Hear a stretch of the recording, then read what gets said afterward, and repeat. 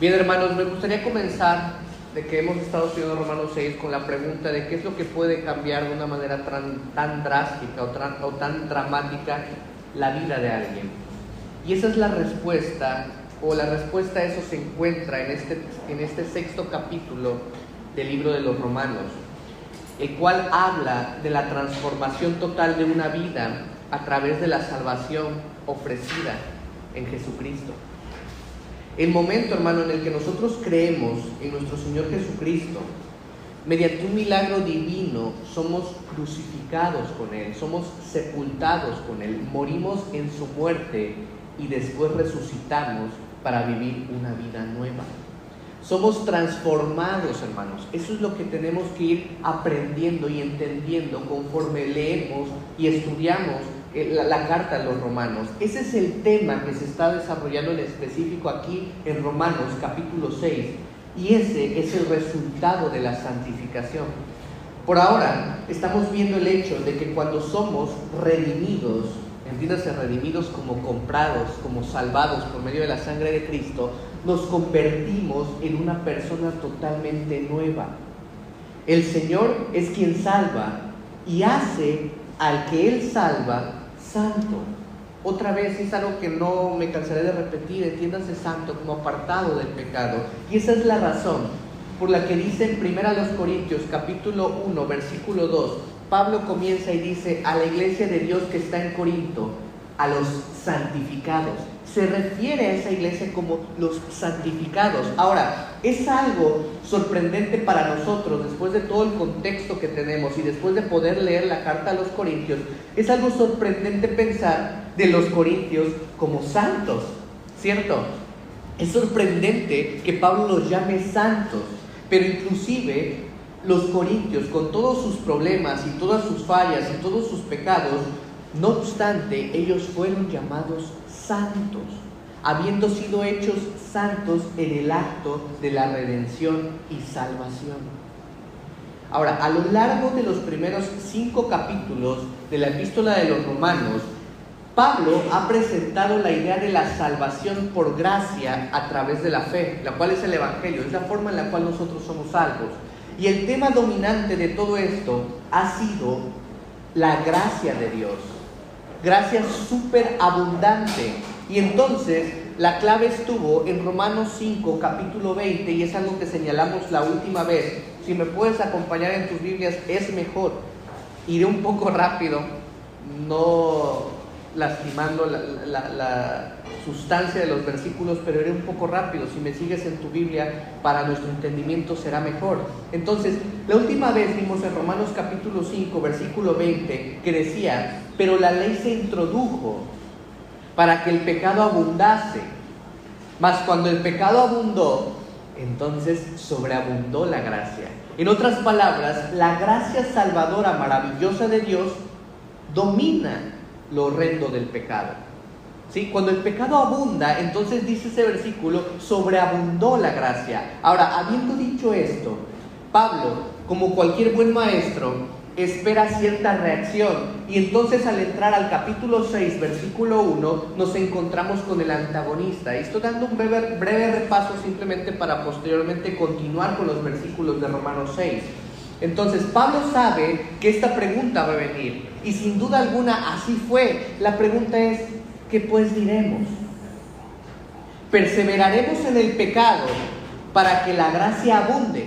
Esa es una pregunta que puede rondar inclusive en nosotros mismos cuando leemos la Escritura y cuando vemos que cuando el pecado abundó, la gracia sobreabundó. Entonces nuestro intelecto humano nos dice, ¿perseveraremos en el pecado para que entonces la gracia abunde? Y alguien en ese punto va a venir y le va a decir, tu evangelio, Pablo, lleva a vivir sin ley. Andas por todos lados predicando esto que dices que es gracia y estás desatando a la gente, Pablo. Estás quitándole las restricciones, estás quitando límites y les estás dando más libertad de la que deberían tener. No puedes predicar gracia pura. De lo contrario, la gente se va a entregar al pecado y va a abusar de ella. Y eso, hermano, nos lleva a una pregunta importante ahí también en el capítulo 6. Y una pregunta que nos atañe a ti y a mí. ¿puede una persona ser cristiana y continuar viviendo en la misma relación que tenía con el pecado antes de que fuera salvada? Damos la respuesta de Pablo, versículo 2 dice, en ninguna manera. Pablo está diciendo, no, nunca. Eso no puede pasar, no hay manera, es imposible. Es la negación más fuerte que Pablo puede dar. Y después él dice, y aquí está la razón, y aquí está la clave de esta sección entera de versículos. Y él dice, porque los que hemos muerto al pecado, ¿cómo viviremos aún en él? Esa es la razón por la cual la negativa de Pablo es tan fuerte. Nosotros en la Escritura leemos en ninguna manera, pero en su palabra, en el Antiguo, es una expresión que denota que algo es imposible, que denota un desprecio hacia eso. Y Pablo tiene este desprecio porque lo siguiente que dice el versículo es porque los que hemos muerto al pecado, ¿cómo viviremos aún en él? Es un pensamiento indignante, enoja a Pablo, es una contradicción, hermano, fundamental para nuestras vidas. Un creyente no puede continuar en la misma relación con el pecado, no puede vivir en la misma esclavitud al pecado en el que él vivía. Él no puede continuar pecando al mismo nivel, al mismo grado en el que él pecó antes de que fuera salvo. Debe haber una transformación básica en nosotros. En Juan 8:34, Jesús dijo, de cierto os digo, el que hace pecado, esclavo del pecado es. Ahora, usted y yo como cristianos, ¿todavía somos siervos del pecado? ¿Todavía usted tiene la misma relación con el pecado en la que usted estaba antes? Observen sus Biblias, Romanos capítulo 6, versículo 18. Ahí podemos encontrar la respuesta. Dice, habiendo sido liberados del pecado, fuisteis hechos siervos de la justicia. Ahora, de manera superficial, esto puede parecer para nosotros algo lógico u obvio, pero no lo es, hermano. Habiendo sido liberados del pecado, fuiste hechos siervos de la justicia. Ahora, en la salvación, cuando hemos sido salvados, su esclavitud cambia. Es decir, de estar esclavizados al pecado, ahora pasamos a estar esclavizados de la justicia. Del patrón incesante de pecado, usted y yo somos transformados en alguien que ahora responde a la justicia. No quedamos en el limbo, hermano. No es que de repente somos liberados y soltados en medio de la nada a andar como podamos. No, hermanos. Pasamos a responder a la justicia, y ese es un principio muy importante. Eso es lo que digo, que a veces parece ser obvio, pero no lo es. Usted y yo hemos muerto al pecado. Ahora, solo hay dos términos, solo hay dos dominios en términos del apóstol Pablo, y para verlo, lo único que tenemos que hacer es regresar al capítulo 5 ahí de Romanos, capítulo 5, versículo 21. Solo hay dos dominios, es lo que Pablo nos está mostrando. Romanos capítulo 5, versículo 21 dice, así como el pecado reinó para muerte, así también la gracia reine por la justicia para vida eterna mediante Jesucristo, Señor nuestro. Usted solo tiene dos monarcas, hermano. Primero el pecado, el segundo la gracia. Y toda persona en el mundo está bajo uno de esos dos reinos. No hay más, hermanos. No hay un intermedio, no hay un limbo, no hay una sección en medio de eso. Estamos de un lado o del otro. No podemos estar en ambos al mismo tiempo. O usted es dominado por el pecado, o usted es dominado por la gracia de Dios. O es el pecado quien nos dirige, o es la gracia la cual produce justicia y vida eterna en nosotros. Es decir, somos dominados por uno de los dos, no podemos ser dominados por ambos. Entonces, cuando dice ahí en Romanos capítulo 6, versículo 2, dice, hemos muerto al pecado. ¿Qué significa? ¿Alguna vez te has preguntado qué significa hemos muerto al pecado? ¿Qué quiere decir Pablo con esa expresión? Significa que hemos muerto al reinado del pecado. Hemos muerto al dominio que el pecado tenía en nuestras vidas. Ya no estamos en la misma relación con el pecado en la que sí estuvimos en un tiempo pasado. Cuando una persona es salva, hermano, Dios lo declara justo. Pero no solo queda ahí. También hay una gran transformación que se lleva a cabo en nosotros. Usted y yo somos sacados del dominio del pecado, hermano, y colocados en el dominio de la gracia de Dios. produciendo justicia y vida. Ahora, para mostrar la validez de este punto, tenemos ahí el antagonista en el versículo 1, la respuesta que Pablo da a esa pregunta de qué pues diremos, está en el versículo 2, y el argumento nosotros lo podemos ver de los versículos 3 hasta el 14, y hemos estado desarrollando este argumento. Ahora, en el capítulo 6, versículo 3, encontramos la primera afirmación de este argumento. Ahora voy a llevarlo de regreso a esto para que pueda seguir el flujo. Pablo dice, básicamente es como si Pablo nos estuviera diciendo, permítanme mostrarles lo que significa haber muerto al pecado. Pablo nos va a mostrar lo que significa haber muerto al pecado. Número 1, lo podemos ver, dice, somos bautizados en Cristo. Dice, ¿o no sabéis que todos los que hemos sido bautizados en Cristo Jesús, hemos sido bautizados en su muerte? Recuerda, estamos en Romanos 6. Dice, y lo primero que podemos ver en esta primera parte del versículo es que fuimos bautizados en Cristo, hermano. En otras palabras, cuando usted es salvo, si tú tomaste la lección de discipulado o si alguna vez has estudiado acerca del bautismo, entiendes que el bautismo es por inmersión, nos sumergimos, ¿sí? Ahora, la idea del bautismo es sumergir. Usted y yo fuimos literalmente inmersos, sumergidos en Jesucristo. Obviamente es simbolizado externamente por el bautismo, por inmersión, pero Pablo no está hablando del bautismo por agua aquí.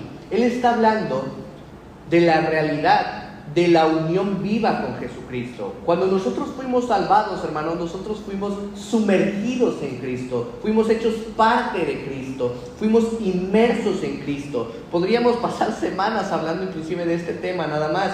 Hay tantas escrituras, tantos versículos que expresan que somos colocados en unión con Él en todo sentido. Es simplemente un pensamiento incomprensible, es monumental el tan solo pensar que nosotros fuimos unidos con Cristo, fuimos sumergidos con Él. Entonces, en primer lugar, cuando usted y yo nos volvimos cristianos, usted y yo fuimos colocados en unión con Jesucristo. No debemos perder de vista eso, hermano. Recuerda, estamos viendo que hemos muerto al pecado.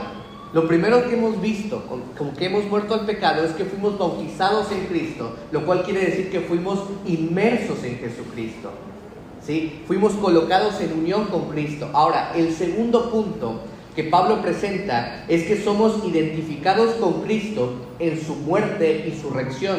Lee el versículo 3, dice, fuimos bautizados en su muerte, versículo 4, perdón, dice, porque somos sepultados juntamente con Él para muerte, por el bautismo, a fin de que como Cristo resucitó de los muertos por la gloria del Padre, así también nosotros andemos en vida nueva. Porque si fuimos plantados juntamente con Él en la semejanza de su muerte, así también lo seremos en la de su resurrección. Observe la palabra ahí, semejanza, hermano. Físicamente no morimos, físicamente no resucitamos, pero sí en semejanza en ello. En otras palabras, sucedió en esa manera, y somos identificados en su muerte y resurrección espiritualmente hablando. Realmente no morimos, pero en semejanza de su muerte, en semejanza de su resurrección.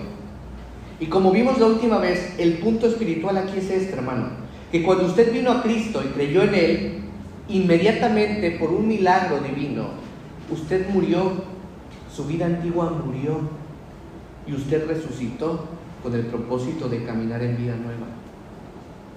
Ese es un pensamiento maravilloso, hermano. Entonces, hemos muerto al pecado. ¿Cómo? Sepultados en su muerte, resucitados para caminar en vida nueva. Esa es una gran verdad. Ahora, vayamos al tercer punto. Un tercer punto en el pensamiento progresivo de Pablo es que el cuerpo del pecado ha sido destruido. Recuerda, estamos desarrollando la idea que Pablo nos va mostrando en estos versículos acerca de que hemos muerto al pecado. Y dice que hemos muerto al pecado porque hemos sido sumergidos en Cristo, ¿sí? Dice que hemos muerto al pecado con el propósito de andar en vida nueva. Y ahora vamos a ver cómo Pablo nos muestra que el cuerpo del pecado ha sido destruido. Observe el versículo 6 de Romanos 6. Dice, sabiendo esto,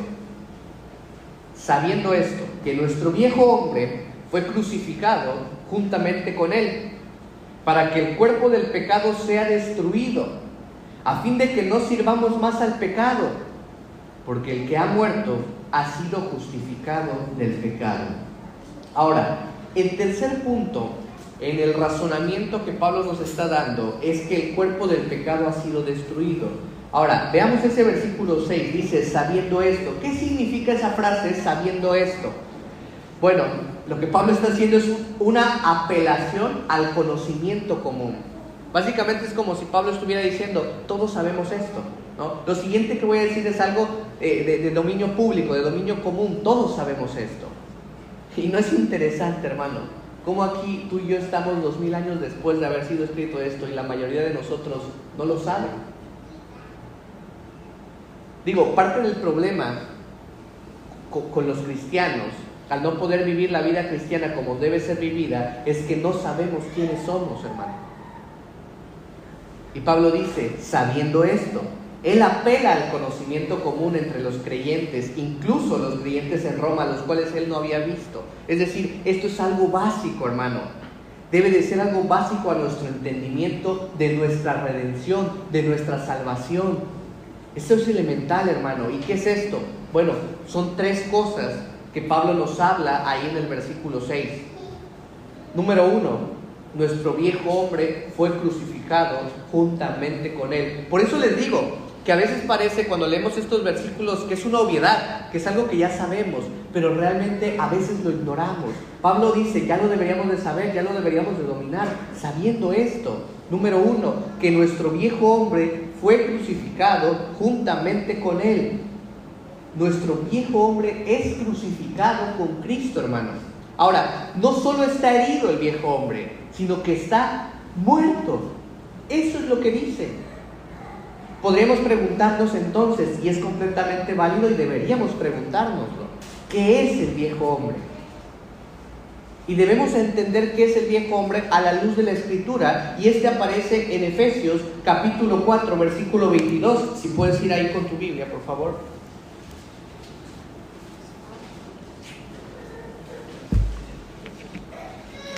Aquí está la definición del viejo hombre. Efesios 4, versículo 22, observa lo que dice. En cuanto a la pasada manera de vivir, despojaos del viejo hombre. Lo repito, en cuanto a la pasada manera de vivir, despojaos del viejo hombre. ¿Qué es el viejo hombre, hermano? ¿Su qué? ¿Nuestra qué? Nuestra forma antigua de vida, la cual, según ese mismo versículo, si continuamos leyendo, está corrompida. ¿Qué es el viejo hombre entonces? Su vida antigua, nuestra vida antigua corrupta, no regenerada. Eso es lo que es el viejo hombre. Y se presenta inclusive en contraste con el versículo 24 de ahí mismo de Efesios. Dice, versículo 24, vestidos del nuevo hombre. ¿Y cómo es el nuevo hombre? Continúa el versículo diciendo, conforme a Dios es creado. ¿En qué, hermano? En justicia y santidad verdadera. Ahora, lo que Pablo nos está diciendo es que usted y yo nos hemos despojado del viejo hombre. Usted y yo nos hemos vestido del nuevo hombre. Es lo que Pablo está diciendo en Romanos. El viejo hombre era corrupto según la lujuria engañosa de su vida antigua, su estilo de vida antiguo. El hombre es creado, el nuevo hombre ahora es creado en justicia y santidad. Y es lo mismo que Pablo tiene, es la misma idea que Pablo hila en Corintios. ¿Recuerdas cuando dice, si alguno está en Cristo, nueva criatura es, un nuevo hombre? Ahora, regresemos a Romanos 6:6. Ya nos hemos quitado al viejo hombre. ¿Por qué? Bueno, Romanos 6:6 dice, sabiendo esto, es decir, un conocimiento común, que nuestro viejo hombre fue crucificado juntamente con él. Ahora, permítame tan solo mencionar un pensamiento más aquí. La palabra viejo en español puede provenir de dos palabras griegas, arcaicos, de la cual obtenemos arcaico, cuando nos hacemos referencia a algo viejo, es algo arcaico, o palaios. Arcaios significa antiguo, viéndolo desde un punto de vista del tiempo. Palaios, la otra palabra para referirse a viejo, significa antiguo, pero desde un punto de vista del uso. Y palaios es la palabra que está siendo utilizada aquí en Romanos 6, cuando dice que nuestro palaios, hombre, fue crucificado juntamente con él, ¿sí? Antiguo o viejo es el sentido de que está gastado, es inservible, únicamente es apropiado para ser descartado, para ser desechado, para ser tirado. Ese es el viejo hombre, hermano, en ese sentido. El hombre es inservible, el hombre viejo es inapropiado. La persona que éramos antes de la salvación, condenados, depravados, no regenerados, inservibles. Entonces, ¿qué es el viejo hombre? Es la naturaleza no regenerada. Y lo que Pablo está insistiendo en este texto, y va de la mano con la doctrina de la justificación, es que cuando una persona es redimida, cuando una persona es comprada a precio de sangre, cuando una persona es salvada, existe una brecha. No es un proceso, es una realidad ya completada. Hay un cambio, hermano. Nuestro viejo hombre ha sido crucificado. No es que nuestro viejo hombre esté en proceso de ser crucificado, hermano. Algunas personas andan por todos lados y quizá tú has escuchado esta expresión cuando dicen: estoy tratando de crucificar al viejo hombre. Es coloquial, es una frase que sí es escuchada en el término evangélico. Pero ahora eso es básicamente perder el tiempo. El viejo hombre ya fue crucificado. Usted y yo somos una nueva criatura. Ahora, permítame añadir esto. Usted y yo somos una nueva criatura, pero es una nueva criatura que todavía no es perfecta. No obstante, aunque no es perfecta, sí es nueva criatura. El viejo hombre es el hombre no regenerado, el nuevo hombre es el regenerado. Usted y yo somos un nuevo hombre. Entonces es claro que a través de todas estas afirmaciones, la justificación o la salvación es muy importante, hermano. ¿Por qué? Porque causa un cambio radical en la naturaleza de una persona. De ahí que el evangelio, cuando se diluye o cuando simplemente se hace la invitación de haz una oración y recibe a Cristo en tu corazón y listo, te puedes ir y ya, no pasa nada, cuando tú mueras vas al cielo. No es real, hermano. No pasa así. Lo que Pablo nos está enseñando en Romanos 6 es cuando alguien es salva, hay un cambio radical en la naturaleza de esa persona. Cuando alguien viene y está viviendo en la misma relación antigua con el pecado, con la misma tiranía antigua del pecado, con el mismo estilo de vida viejo, no importa lo que digan, hermano, la realidad es que no ha habido un cambio radical y se tiene suficiente evidencia de que no ha habido un nuevo nacimiento a un nuevo hombre, es decir, esa persona no es salva. Ahora, segundo hecho que Pablo nos está mostrando. Ahora que el viejo hombre fue crucificado, que es lo que acabamos de ver, tiene un propósito y dice: para que el cuerpo del pecado sea destruido. Ahora, ¿qué es esto? Para que el cuerpo del pecado sea destruido. ¿Qué significa esto? ¿Qué quiere decir? ¿Que cuando me volví cristiano el cuerpo del pecado fue destruido en su totalidad? Bueno, eso es lo que dice. Y podríamos pensar: no creo entonces que yo sea cristiano. Digo, nunca supe lo que era el pecado hasta antes de que fuese salvo, hasta antes de que alguien me compartiera el evangelio y me di cuenta de que yo era un pecador. Y ahora que soy salvo, lo único que puedo ver es pecado. ¿Qué es lo que estamos diciendo? ¿Estamos diciendo que debemos ser perfectos? Bueno, veamos lo que quiere decir. El cuerpo del pecado se ha destruido. Ahora, Pablo concibe el pecado como asociado con el cuerpo. Capítulo 8, versículo 10 de Romanos dice: si Cristo está en vosotros, el cuerpo está muerto debido al pecado. Versículo 11: si el espíritu de aquel que resucitó a Jesús de los muertos mora en vosotros, el que resucitó a Cristo de los muertos también dará vida a vuestros cuerpos mortales por su espíritu que mora en vosotros. En el capítulo 8, Pablo definitivamente está hablando de un cuerpo mortal, un cuerpo físico. Y Pablo conecta ese cuerpo con el pecado. Versículo 13, él dice: Pero si vivís según la carne, moriréis.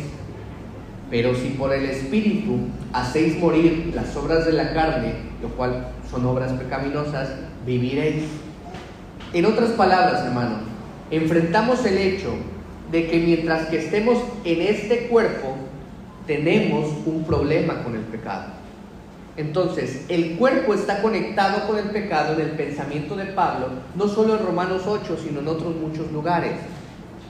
Permíteme tan solo decir que la expresión el cuerpo del pecado, esa expresión el cuerpo del pecado es mejor visto, pues mejor entendido como refiriéndose a nuestra naturaleza bajo el dominio absoluto y control del pecado.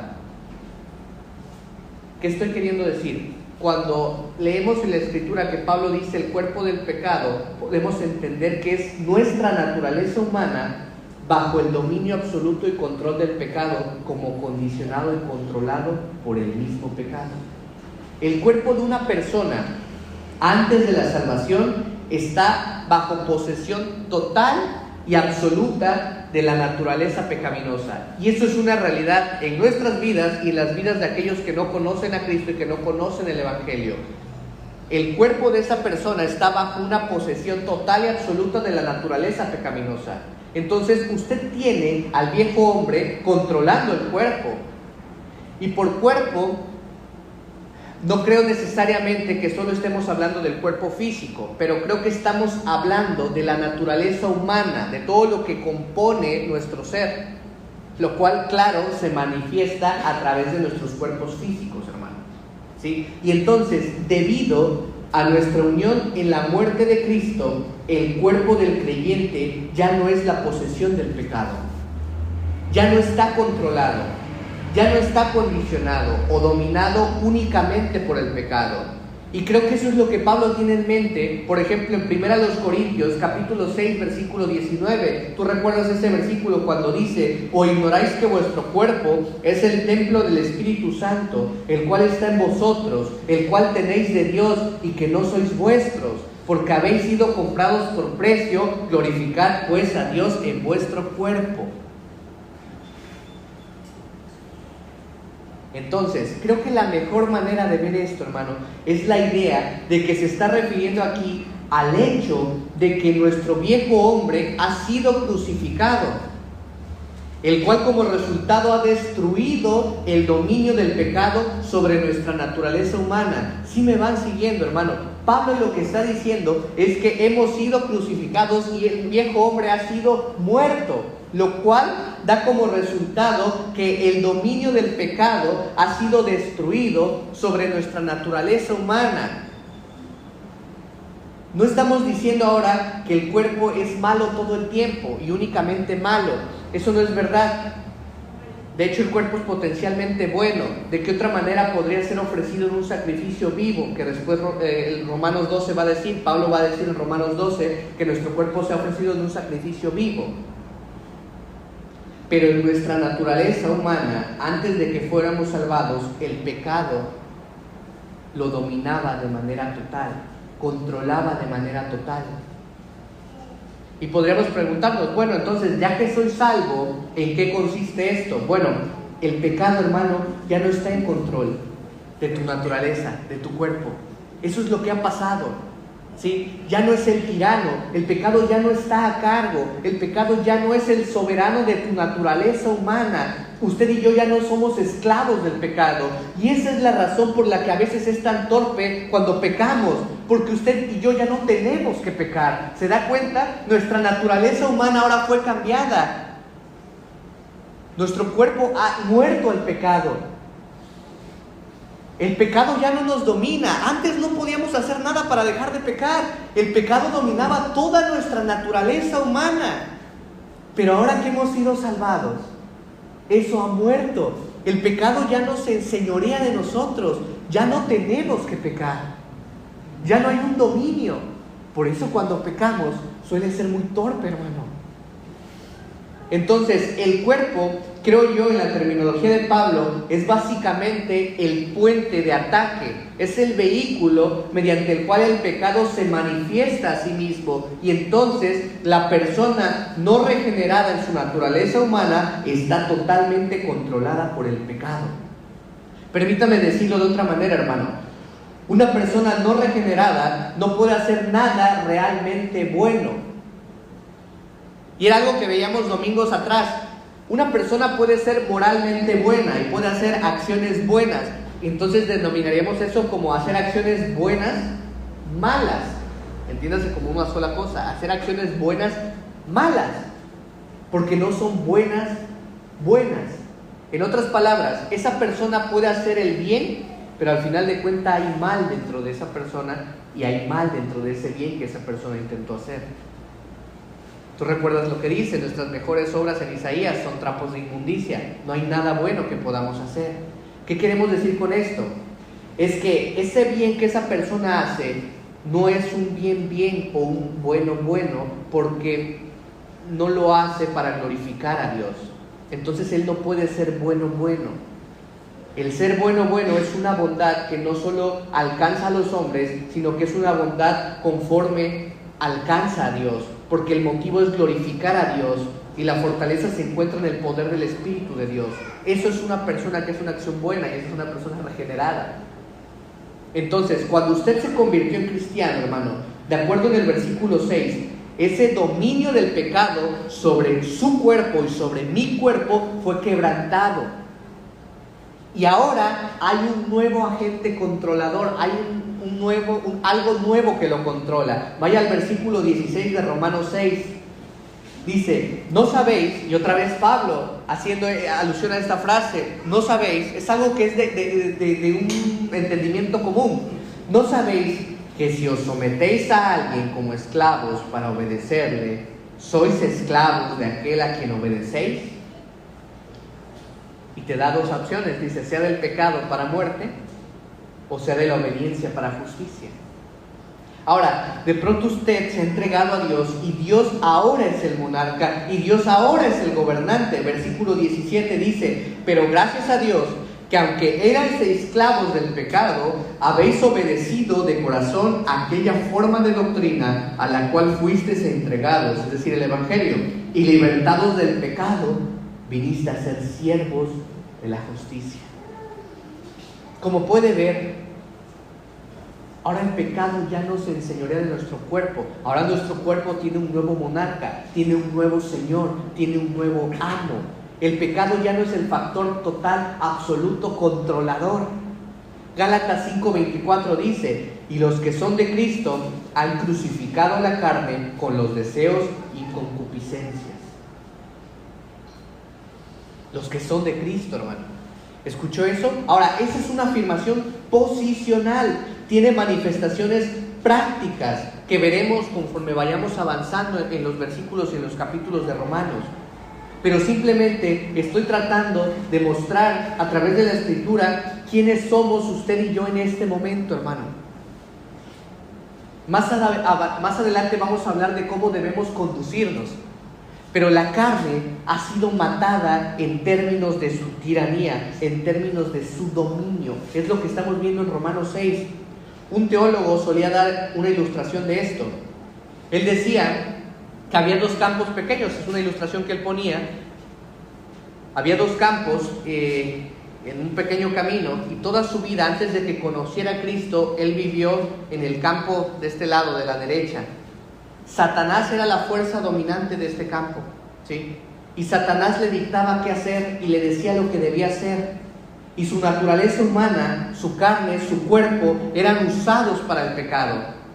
Y después, por la gracia de Dios, él cruzó al campo nuevo. Y ahora este campo de la izquierda está bajo el dominio de Dios. Está bajo el dominio de nuestro Señor Jesucristo. Es controlado por obras de justicia, es controlado por la santidad. Y Dios es el nuevo gobernante y es el nuevo monarca. Pero este teólogo dijo que siempre tenía que tener dificultad porque seguía oyendo a Satanás del otro lado del camino, ¿sí? seguía oyéndolo, dándole órdenes, y aunque ya no estaba bajo este dominio, ya no estaba en este terreno, ahora se encontraba en Satanás tenía una manera muy inteligente de hacer que esa persona se interesara en lo que le estaba pidiendo que hiciese. Y como puede ver, hermano, ya no hay una tiranía real aquí, es decir, el dominio de este lado del campo ahora es de Dios, ya no es de Satanás, pero viene a nosotros en términos atractivos y frecuentemente, aunque no necesariamente lo hacemos, ¿sí? Escuchamos esa voz del otro campo, nos volvemos presa de aquello de lo que hemos sido liberados. Y hablaremos de ese punto cuando lleguemos a cómo enfrentar en lo práctico. Pero ahora observe de nuevo, de regreso en el versículo 6, el cuerpo del pecado es destruido. La idea es que aquí el cuerpo del pecado pierde su dominio, pierde su control total. Vayamos al tercer hecho. Primer hecho, vimos que el viejo hombre fue crucificado. Segundo hecho, vimos que el cuerpo del pecado es inutilizado, o que la tiranía del pecado es invalidada, es hecha inoperante, ya no tiene poder sobre nuestro cuerpo el pecado. ¿Y para qué? Aquí está el tercer para qué, dice Pablo, a fin de que no sirvamos más al pecado. Ese es un hecho, hermano. No es una petición. Pablo no está pidiendo algo, no está diciéndole, por favor, ya no sirvan al pecado. Pablo está dando un hecho. Ya no servimos al pecado, hermano. Esa es la razón por la que el cuerpo fue crucificado. Esa es la razón por que el pecado ya no se enseñorea de nuestro cuerpo, a fin de que no sirvamos al pecado. Ya no servimos al pecado. No dice que no pecaremos, dice que ya no hay un dominio del pecado en nuestra vida. Entonces, la tiranía del pecado, ese dominio total,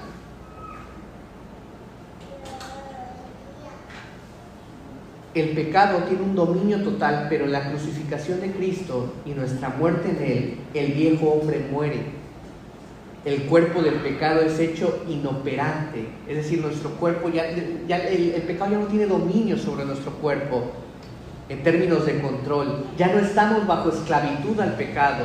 Doulos es el término de esclavos, ser esclavizados, ser esclavos. Ya no somos esclavos del pecado. Particularmente hemos sido liberados del pecado y nos hemos vuelto siervos o esclavos de la justicia. Eso es lo que pasó cuando tú y yo fuimos salvados, hermano. Y vuelvo al comienzo. A veces parece que ya lo sabemos, pero es bueno recordarlo o saberlo si es que no lo hemos comprendido. Eso es lo que pasó cuando hemos sido salvados, hermano. Ahora, la fuerza controladora en nuestra vida es o debe de ser la gracia, la piedad, la justicia, la santidad. Y Pablo reafirma la razón para esto en el versículo 7. Él dice, porque el que ha muerto ha sido justificado del pecado. Esto es, el que es muerto es liberado del pecado. Y de nuevo, no es tanto la idea de que estamos muertos, es la idea de que nosotros que morimos somos liberados del pecado. Y ese es el punto entero que él está presentando. Somos liberados del dominio del pecado. Ahora, permítame decir esto. No significa que somos liberados de nuevo de la presencia del pecado. No estoy queriendo decir eso, y eso no es lo que dice Pablo. El pecado todavía está aquí, hermano. Y mientras nuestra naturaleza humana esté aquí, mientras nuestra carne esté aquí, vamos a tener que luchar con eso. Como decía ese teólogo, mientras podamos escuchar la voz del terreno de enfrente, a Satanás diciéndonos, gritándonos desde el otro campo, lo que hay que hacer, mientras que todavía tengamos algunas de esas inclinaciones humanas, vamos a tener problemas. Pero su punto aquí es que al morir con Cristo, el pecado ya no está reinando, no está gobernándonos. Una persona justificada es liberada del pecado. Simplemente es una verdad muy importante. Ahora, veamos un cuarto principio rápidamente, es uno muy simple. Primer principio, vimos que somos bautizados en Cristo. Segundo, que somos bautizados en la muerte y resurrección de Cristo. Tercer principio que vimos es que el cuerpo del pecado es hecho inoperante o ya no está bajo el control. El pecado ya no nos domina. Ahora, permítame darle un cuarto principio. La muerte de Cristo fue una muerte al pecado. Versículo 8 de Romanos 6 dice, Y ya estamos terminando. Dice, y si morimos con Cristo, creemos que también viviremos con Él, sabiendo que Cristo, habiendo resucitado de los muertos, ya no muere. La muerte no se enseñorea más de Él, porque en cuanto murió, al pecado murió una vez por todas, mas cuanto vive, para Dios vive. ¿Cuántas veces murió al pecado, hermano? Cristo. Una vez, y después vive para Dios. Ahora, aquí en el versículo 8, para comenzar, usted tiene las mismas ideas que tenemos en el versículo 3 y en el versículo 5 de Romanos 6. Hemos muerto con Cristo y ahora hemos resucitado en una vida nueva con Cristo. Esta es una certeza. Él dice, creemos que también viviremos con Él. Después el versículo 9 de nuevo, edificando sobre ese mismo pensamiento, Pablo dice, sabiendo que Cristo, habiendo resucitado de los muertos, ya no muere, la muerte no se enseñorea más de Él. En otras palabras, hemos muerto una vez en Cristo y resucitamos para caminar en vida nueva. Estamos ciertos de eso para siempre, porque el versículo 9 dice que Cristo nunca va a volver a morir. ¿Por qué, hermano? Porque el dominio del pecado fue quebrantado la primera vez. ¿Y cómo sabemos eso? ¿Cómo sabemos que Cristo realmente rompió el poder del pecado la primera vez y la única vez que Él murió? ¿Cómo sabemos eso, hermano? Porque Dios lo resucitó de los muertos. De ahí que el Evangelio es la muerte, sepultura y resurrección. Si únicamente tuviéramos la muerte y la sepultura de Cristo sin la resurrección, no tendríamos una certeza de que Cristo venció la muerte, de que Cristo venció el poder del pecado. Y cuando salió Él de la tumba, Él mostró que Él había quebrantado el dominio del pecado. Debido a que el poder del pecado, es decir, el aguijón del pecado, la sanción del pecado es la muerte. Cuando Cristo conquistó a la muerte, cuando resucitó, Él mostró que Él de hecho había conquistado el pecado. Eso fue lo que pasó, hermano. Fue una victoria decisiva, fue una victoria completa, fue una victoria final. No tenía que volver a morir. Y eso no va a pasar. Nada va a ser añadido a esa obra expiatoria que Cristo ya hizo. Nunca. Y después el clímax, en el versículo 10, y vamos a detenernos con el versículo 10, y aquí está la clave, dice, porque en cuanto murió, Romanos 6, versículo 10, porque en cuanto murió, al pecado murió una vez por todas, mas en cuanto vive, para Dios vive. Ahí hay dos elementos que quiero que veamos y después vamos a cerrar, hermano. En primer lugar, Él murió una vez. Una victoria que no necesita repetición o revancha o lo que quieras llamarle. Fue una vez. Versículo 9 dice, ya no muere. ¿Por qué? Porque la muerte ya no tiene más poder. Él ha quebrantado ese poder. Este es un principio muy, muy importante para el escritor de Hebreos. El escritor de Hebreos nos muestra cómo en el Antiguo Testamento se tenía que matar a un animal, tenía que haber un sacrificio, y luego otro, y simplemente seguía y seguía y seguía. Era así como Hebreos nos muestra que se hacía el sacrificio. Y él presenta un contraste maravilloso, y él dice que Cristo, el Cordero de Dios, el sacerdote del Dios Altísimo, el verdadero sacerdote y la verdadera ofrenda, ofreció sacrificio por el pecado una vez. Y por esta ofrenda, él dice, él perfeccionó para siempre a los santificados. Él presenta un punto muy importante de la idea, hermano. Una vez y para siempre. Entonces, cuando Cristo murió una vez, salió de la tumba, Él mostró que Él había quebrantado el poder del pecado. Cuando creemos en Él y somos colocados en su muerte y resurrección, nosotros también hemos quebrantado el poder del pecado permanentemente. Y nunca volverá a hacer demandas de nosotros. Nunca volverá a ser el soberano de nuestras vidas. ¿Sí me sigues con eso, hermano? Cristo murió una vez quebrantó el poder del pecado. Y dice que cuando nosotros hemos sido salvados somos inmersos, somos sumergidos en Cristo.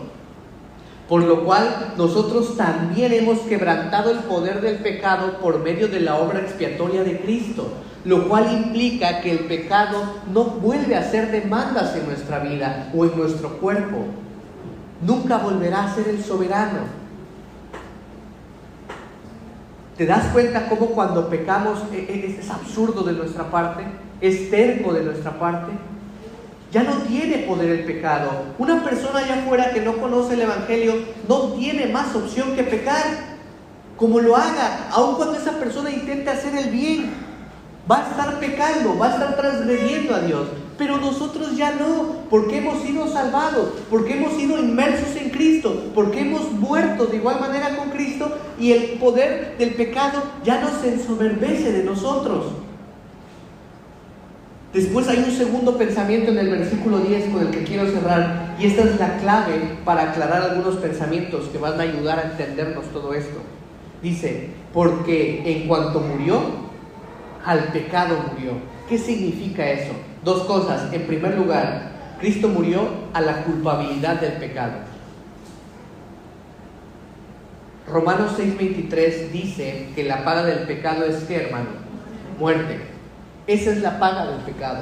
Y cuando Jesús murió en la cruz, Él murió al pecado en términos de pagar esa paga. Él murió a la culpabilidad del pecado. Digámoslo de esta manera, Él murió a la paga del pecado. Jesús lo pagó todo. Jesús pagó el pago. Jesús pagó el castigo. Él satisfizo la demanda del pecado. Básicamente Dios dice, tú pecas, tú mueres. Eso es lo que leemos, la paga del pecado es muerte. Es Dios diciéndonos, tú pecas, tú mueres. Jesús dijo, yo tomaré esa muerte por todo hombre. Entonces, Él murió al pecado una vez al pagar la paga, el castigo. Jesús murió al pecado en el sentido de pagar esa paga. Ahora, escuche esto es maravilloso. Cuando morimos en Cristo, nuestra paga también fue pagada. Y esa es la razón por la que la ley y el pecado ya no tienen poder sobre nosotros en términos de pago o en términos de cobro. Esa es la razón por la que usted no tiene que ir al infierno para pagar sus pecados, hermano, porque ya han sido pagados por Cristo. Solo hay una manera en la que usted enfrente su pecado. Usted tiene que morir, es decir, esa es la realidad. Usted y yo tenemos que morir. Para poder pagar el pecado es así, usted y yo tenemos que morir. O morimos en el infierno para siempre pagando por nuestros pecados, o morimos en Cristo y Él paga nuestros pecados. La opción es de nosotros. Pero hay otra cosa. Cristo no solo murió a la paga del pecado, Él murió al poder del pecado. Él rompió el poder del pecado. No es algo en el futuro. Él lo hizo en ese entonces. Él rompió el poder del pecado. Podríamos pensar, bueno, entonces Jesús estaba bajo el pecado. En ese punto, claro que lo estaba. Él llevó en su propio cuerpo nuestros pecados. De hecho, en 2 Corintios capítulo 5, versículo 21, y esa es una afirmación que va más allá de toda comprensión humana. Dice, fue hecho pecado. Por nosotros fue hecho pecado. Temporalmente bajo su poder. Y al morir, Él llevó el peso del pecado. Y al resucitar, Él rompió el poder del pecado. Y Él entró en un nuevo estado que ya no está bajo el poder del pecado, ya no está bajo el dominio del pecado. Y usted y yo salimos de esa tumba junto con Él y ya no estamos tampoco bajo el poder del pecado. Nosotros ya no pagamos su paga, su castigo, ya no estamos bajo su poder. Entonces, una muerte doble al pecado. Resumiéndolo, hermano, un cristiano es la persona que se ha vuelto alguien que no era antes. Un cristiano, en términos de su identidad más profunda y más íntima, es un santo, es un hijo de Dios, es una obra maestra divina, un hijo de luz, un ciudadano del cielo. Convertirse en cristiano no es solo obtener algo, sin importar lo maravilloso que ese algo sea, es decir, la salvación, es convertirse en algo, en un santo. ¿Sí? Y entonces terminamos pensando, No somos lo que debemos ser, no somos lo que deseamos ser, ni siquiera somos lo que esperamos ser, pero por la cruz de Cristo no somos lo que fuimos. Hermanos, si en algún punto nos perdimos en esa enseñanza, es suficiente saber que la tiranía del pecado es quebrantada en la salvación. El dominio del pecado en tu vida es quebrantado ese dominio cuando tú naces de nuevo. Y que los hombres son redimidos, son comprados, son salvados para vivir en santidad, para vivir apartados del pecado, hermano. Y que no podemos tener la misma relación con el pecado que antes tuvimos. Y cualquier persona que cree que puede continuar pecando de la misma manera para que la gracia abunde, no entiende la redención y no ha sido salvada. Vamos a orar. Padre, te damos muchas gracias, Señor, por tu palabra, y te pedimos que sea tu Espíritu Santo el que nos guíe, Señor, en medio de estos estudios. Padre, te pido en esta mañana que si hubiese alguien aquí que no te conociese, Padre, que tú puedas traer esa convicción por medio de tu Espíritu, Señor, de lo que es el juicio, la justicia y el pecado, Señor. Que esa persona pueda comprender lo que es el Evangelio a través de tu palabra, Señor. Que esa persona pueda nacer de nuevo. Padre, para el resto de nosotros, Señor, te pedimos que tú nos permitas hacer una introspección en nuestra vida, Señor. Que tú nos permitas, como tu palabra nos dice, cuidar nuestra salvación con temor y temblor, Señor. De escudriñarnos a nosotros mismos día tras día, Señor. Y Padre, te damos muchas gracias por el entendimiento que nos das de tu palabra, Señor, porque son cosas nuevas, son cosas maravillosas, son cosas que hacen que nuestra mente se estire hasta el punto de quebrarse, Señor.